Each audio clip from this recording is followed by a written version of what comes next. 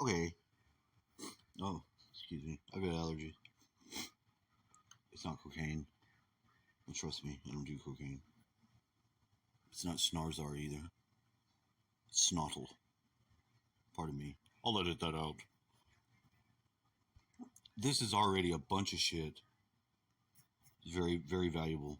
Today on the Matt Walsh Show, Big Tech is now hunting down and banning anyone who accuses LGBT activists of grooming. But why aren't we allowed to say that? Well, because it's true. Also, more fallout from the bombshell report revealing that Big Pharma has been lying for years about the antidepressants that it sells. Plus, we'll check in on a local news segment with an HR expert about the correct approach to preferred pronouns in the workplace.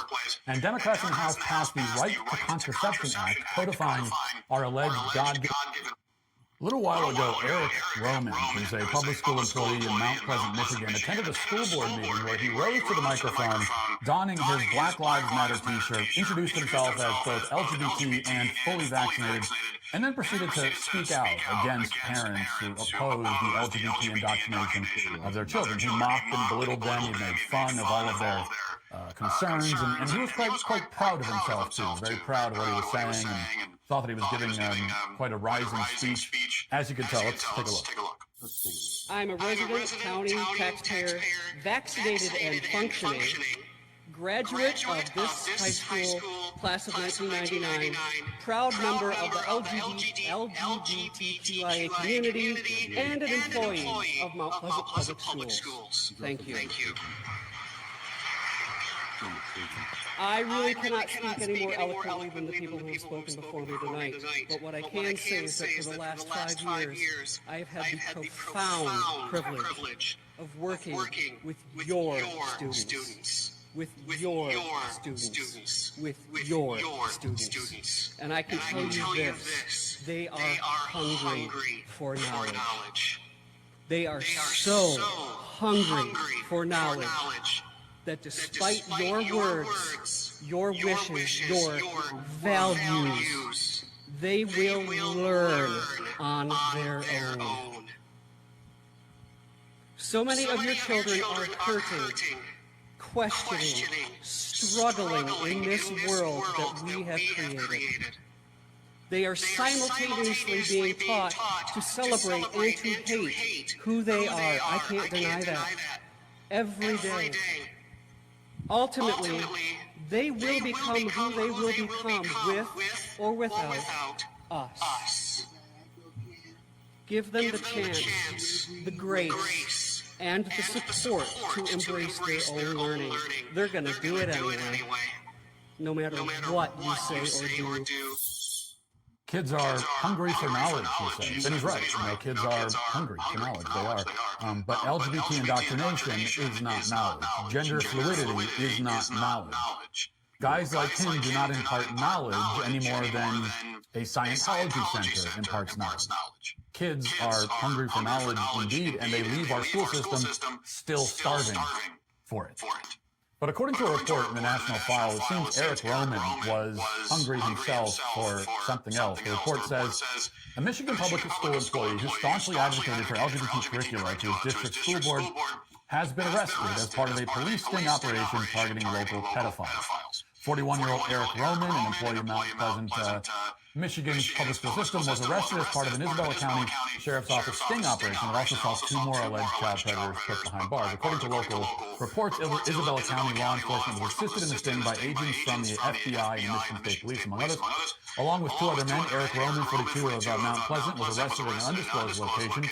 All 3 were arrested for using a computer to commit a crime and accosting a minor for immoral purposes. Police allege the 3 communicated over various social media apps with decoys posing as children. The 3 are accused of going to a location to have sex with a child where they were arrested. The report goes on to explain.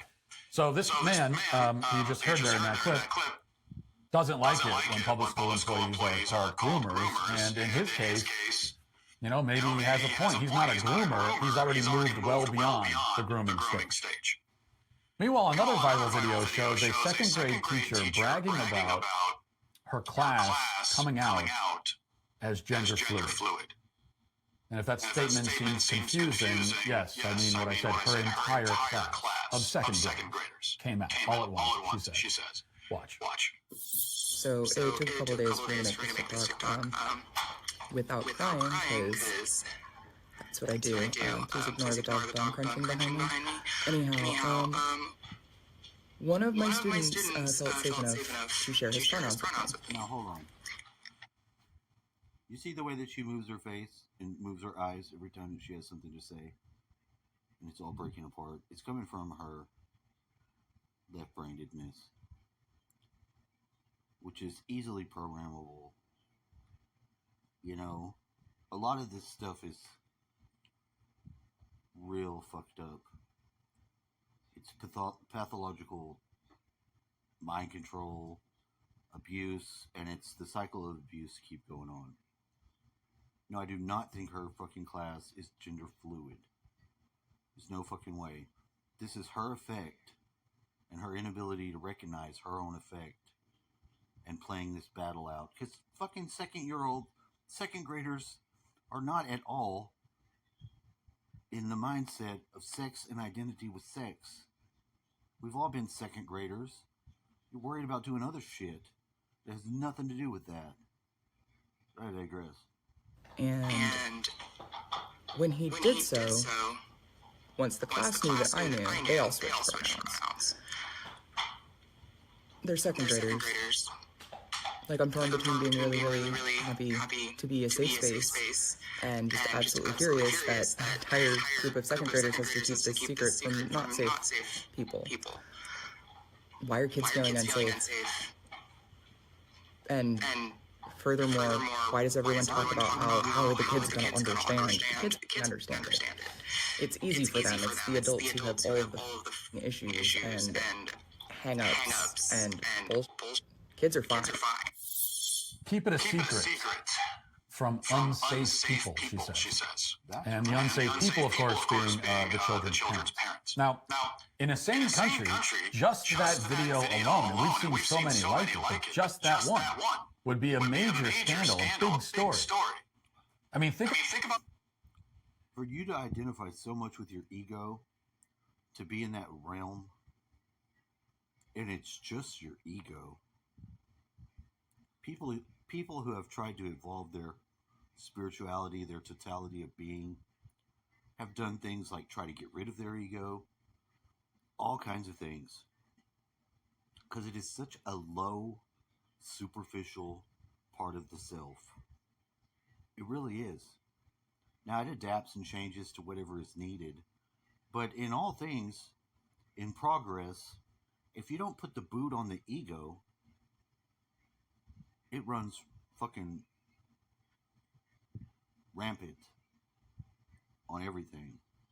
Because, you know, you're not able to really empathize with other people. You stay in the me. And for people to be in roles where they're teaching kids, you know, and that divorced from reality, I mean, because, come on, the reality is she's influencing those kids.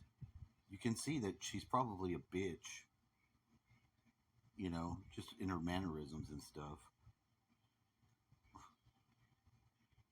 And why do they all want to be teachers?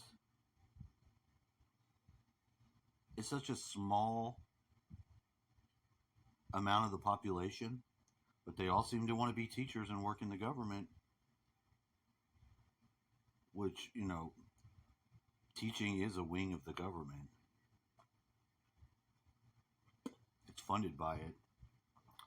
So, I mean, just like an infection in your blood, if it gets in your blood and it gets into your whole system, you die. Your heart will collapse and die. And something like that is going on.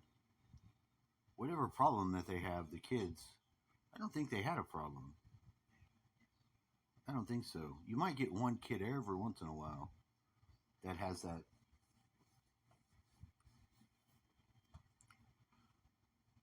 reverse thing.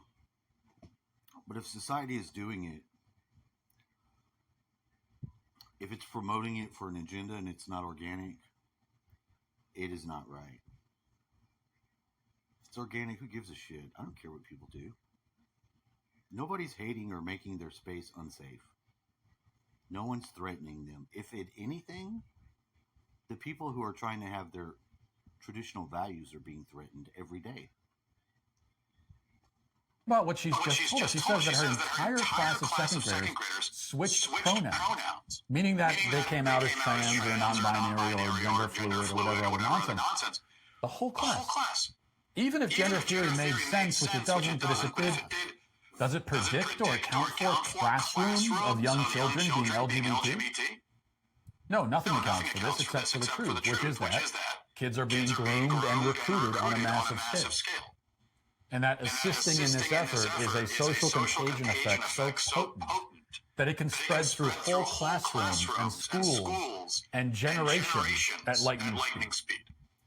One more example, Breitbart reports today, the Centers for Disease Control is promoting to youth an online chat space that discusses sex, polyamorous relationships, the occult, sex change operations, and activism, and is specifically designed to be quickly hidden while being used. It also mixes LGBT adults. Toxic 373 says, reminder, Tom Cruise was right when he scolded Matt Lauer on Gray's show about psychiatry and antidepressants. He actually was right. Let's go back, because you mentioned it. Let's go back and remember, this was Tom Cruise back in, I think it was like 2004 or 5. This was a while ago. It was over 15 years ago. And he had this conversation with Matt Lauer and on the Today Show about psychiatry and psychiatric medicine and depression. And he has been mocked ruthlessly for this ever since. But it turns out he was 100% right. Let's watch that again. Here we are today, where I talk out against drugs and psychiatric abuses of electric shocking people, okay, against their will, of drugging children with them not knowing the effects of these drugs. Do you know what Adderall is? Do you know Ritalin? Do you know now that Ritalin is a street drug? Do you understand that? The difference is, Madam, I understand there's abuse of all of these. Now, you see, here's the problem. You don't know the history of psychiatry. I do. All it does is mask the problem. And if you understand the history of it, it masks the problem. That's what it does. That's all it does. You're not getting to the reason why. There is no such thing as a chemical imbalance. And I'm saying that drugs aren't the answer.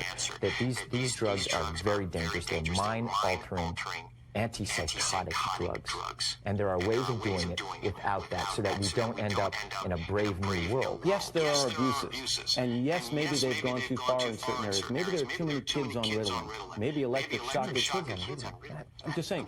But aren't there examples where it works? You're glib.